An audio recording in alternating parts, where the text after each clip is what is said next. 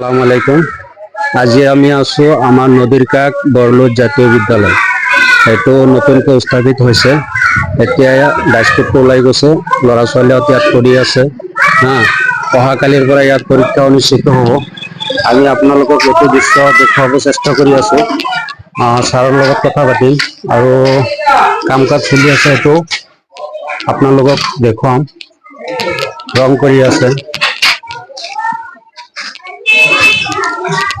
আসসালামু আলাইকুম। স্যাৰ ভালে আছে?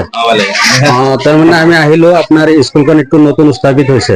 ইয়াতে ল'ৰা ছোৱালী বিলাক পঢ়ি আছে, কেনেকে পাঠদান দি আছে সেইবিলাক অলপ আপোনাৰ পৰা জানিব চেষ্টা কৰিম। আমার 1 বছর সম্পূর্ণ হয়েছে ফেব্রুয়ারি মাসের 2 তারিখত। ইনশাল্লাহ আমার কোনো আপদ বিপদ হওয়া নাই, ভালে ভালে পার হয়েছে।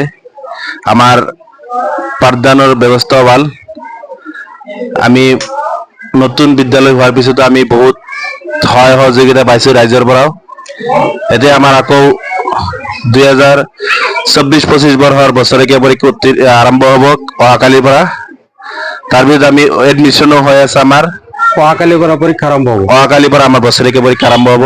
এতিয়া ছাত্ৰ ছাত্ৰী কেইজন আছে? আমাৰ টোটেল ছাত্ৰ ছাত্ৰী আছে 250।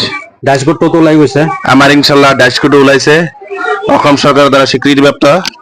ৰেজিষ্ট্ৰেশ্যন নাম্বাৰো আছে। এই আমাৰ ডাইচকোট বৰলুইত জাতীয় বিদ্যালয়ৰ। আমাৰ কোনো ধৰণৰ নথি পত্ৰৰ অভাৱ নাই, কাগজ পত্ৰৰ।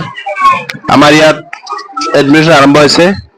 আমি আপোনাৰ যোগেদি প্ৰত্যেকজন অভিভাৱকক সচেতন মহলক আহ্বান জনাম যে আমাৰ ইয়াত ছাত্ৰ ছাত্ৰীক দিব পাৰে।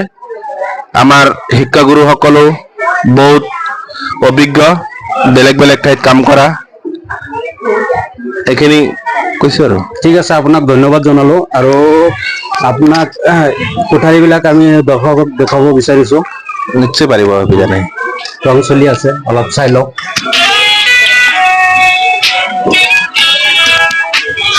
এইটো কণ কণ ল'ৰা ছোৱালী বিলাকৰ কাৰণে এইবিলাক ৰুম। ৰং চলি আছে, এতিয়া পৰীক্ষা আৰম্ভ হ'ব। ল'ৰা ছোৱালী পঢ়ি আছে। ক্লাছ চলি আছে ন ছাৰ? ছাত্ৰবিলাক ভালে আছে ন? ভালকে পঢ়া তোমালোকে। এজন আহাচোন ইয়াত, কোনে আহিবা? আহা।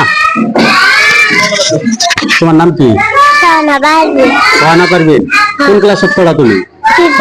পিপি। 1 2 3 কব পারা? ABCD কব পারা? কোয়াশন ABCD?